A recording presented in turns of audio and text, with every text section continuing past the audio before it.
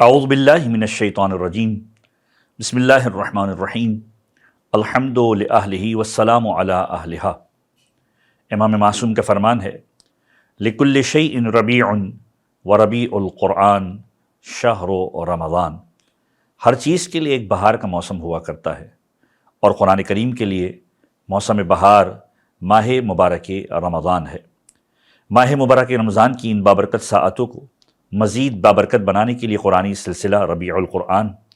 کہ جس میں آج ہم گفتگو کریں گے اس سورے کی کہ جو سورہ خود ایک نبی خدا کے نام پر مشتمل ہے، اور وہ نبی خدا کہ جس کا باقاعدہ طور پر تذکرہ قرآن کریم کے اندر اس انداز سے موجود ہے کہ پورا یہ سورہ ان کے نام پر ہے، اور بیشتر واقعات قرآن کریم کے اس نبی خدا کے اوپر ہیں، بلکہ خود فقہ اسلامی کی بہت ساری عبادتوں کا تعلق اس نبی خدا اور ان کے فرزندان سے ہے۔ یقیناً آپ سمجھ گئے ہوں گے یہ ہستی ہیں حضرت ابراہیم علیہ السلام کی ہستی۔ حضرت ابراہیم برگزیدہ پیغمبروں میں سے ایک پیغمبر، اور ان پیغمبروں میں سے ایک پیغمبر کہ جن کی نسل مبارک سے خود ختمی مرتبہ احمد مجتبیٰ محمد مصطفیٰ صلی اللہ علیہ وآلہ وسلم کو بھی تعبیر کیا جاتا ہے۔ سورہ مبارک ابراہیم ترتیب کے اعتبار سے قرآن مجید کا 14واں سورہ ہے، 14th سورہ ہے، مکہ مکرمہ کے اندر نازل ہوا، 52 آیت 52 آیتوں پر مشتمل ہے اور 7 رکوع ہیں۔ اس کے موضوعات، نام سورہ ابراہیم، حضرت ابراہیم کے واقعات کا تذکرہ اس سورے کے اندر موجود ہے۔ حضرت ابراہیم کی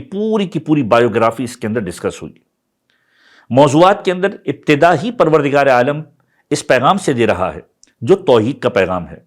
کہ انبیاء ما سبق کا جو مقصد تھا آنے کا وہ یہ تھا کہ ظلمتوں سے لوگوں کو نکال کر نور کی جانب لے کر آئیں، تاریکی سے نکالیں اور ہدایت کی جانب لے کر آئیں، اور یہی الٹیمیٹ مقصد ہے جو پروردگار عالم نے اپنے نمائندگان کر رکھا ہے۔ اور پھر کفار کی کچھ حالتوں کا تذکرہ ہے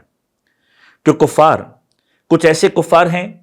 کہ جو اس جہان پست کو یعنی دنیا کو آخرت پر فوقیت دیتے ہیں، ترجیح دیتے ہیں۔ کچھ ایسے ہیں جو خود بھی گمراہ ہیں، دوسروں کو بھی بھٹکانے کی کوشش کرتے ہیں، اور کچھ ایسے ہیں جو راہ خدا میں رکاوٹ ڈالتے ہیں اور عقیدے کو بگاڑنے کی کوشش کرتے ہیں۔ یہ سارے کے سارے فاسد عقیدے والے لوگ ہیں، کفار ہیں۔ اور پھر قرآن نے اس موضوع کو ڈسکس کیا کہ شکر پروردگار انسان کی نعمتوں میں اضافے کا باعث بنتا ہے، اور کسی چیز کا کفران پروردگار عالم کی طرف عذاب کو دعوت دینے کے مترادف ہے۔ پھر پیغمبران خدا کے بارے میں قرآن کریم اس انداز سے سورے کے اندر ڈسکس کرتا ہے کہ جتنے پیغمبران پروردگار عالم نے بھیجے وہ تمہارے جیسے ہی بشر ہیں، لیکن ان کی خاصیت یہ ہے کہ وہ اپنے پروردگار پر توکل کرتے ہیں،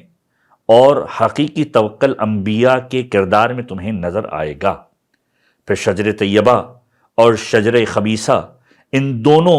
شجروں کے حوالے سے قرآن کریم نے ڈسکشن کیا، اور پھر پروردگار عالم اس بات کی طرف متوجہ کر رہا ہے سورے کے اندر کہ اگر تم خدا کی نعمتوں کو شمار بھی کرنا چاہو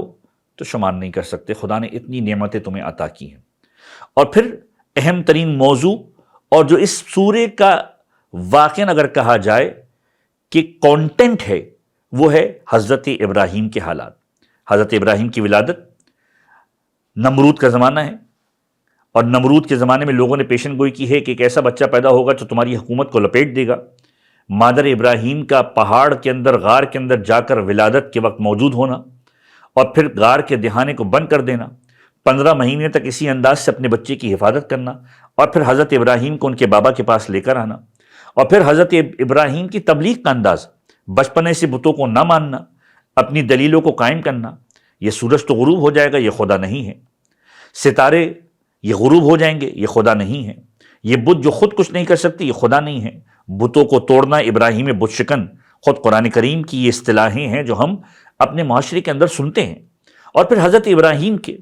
وہ واقعات جو تاریخ نے لکھے ہیں، ابراہیم کی ازدواج کے واقعات، حضرت سارہ سے ابراہیم کا شادی ہونا، سارہ کا ہاجرہ جیسی کنیز کو ان کو ہبہ کرنا تاکہ صاحب اولاد ہو سکیں، اور جب ہاجرہ صاحب اولاد ہوتی ہیں تو اس کے بعد ابراہیم اور ان کے گھر کا جو ماحول ہے وہ اس قدر تناؤ کی کیفیت اختیار کرتا ہے کہ ہاجرہ کو لے کر ابراہیم ہجرت کرتے ہیں اور مکہ مکرمہ کی جانب جاتے ہیں۔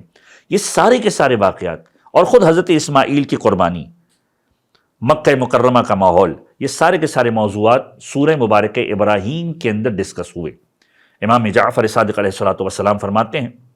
کہ جو شخص نماز جمعہ کے اندر سورہ مبارکہ ابراہیم اور سورہ مبارکہ حجر کی تلاوت کرے گا، کبھی فقر و دیوانگی کے اندر اور مصیبت سے دوچار نہیں ہوگا۔ امام صادق کا ایک اور فرمان سورہ مبارکہ ابراہیم کے بارے میں کہ فرمایا جو شخص سوتے ہوئے اس سورہ کی تلاوت کرے گا یا اس سورہ کی اس کے پاس تلاوت کی جائے یا لکھا ہوا اس کے پاس موجود ہو تو اس کا شمار اطاعت گزاروں میں ہوگا۔ پروردگار عالم کی بارگاہ میں دعا ہے کہ پروردگار قرآن کریم کو پڑھنے، اسے سمجھنے اور اس پر عمل کرنے کی توفیق عنایت فرمائے۔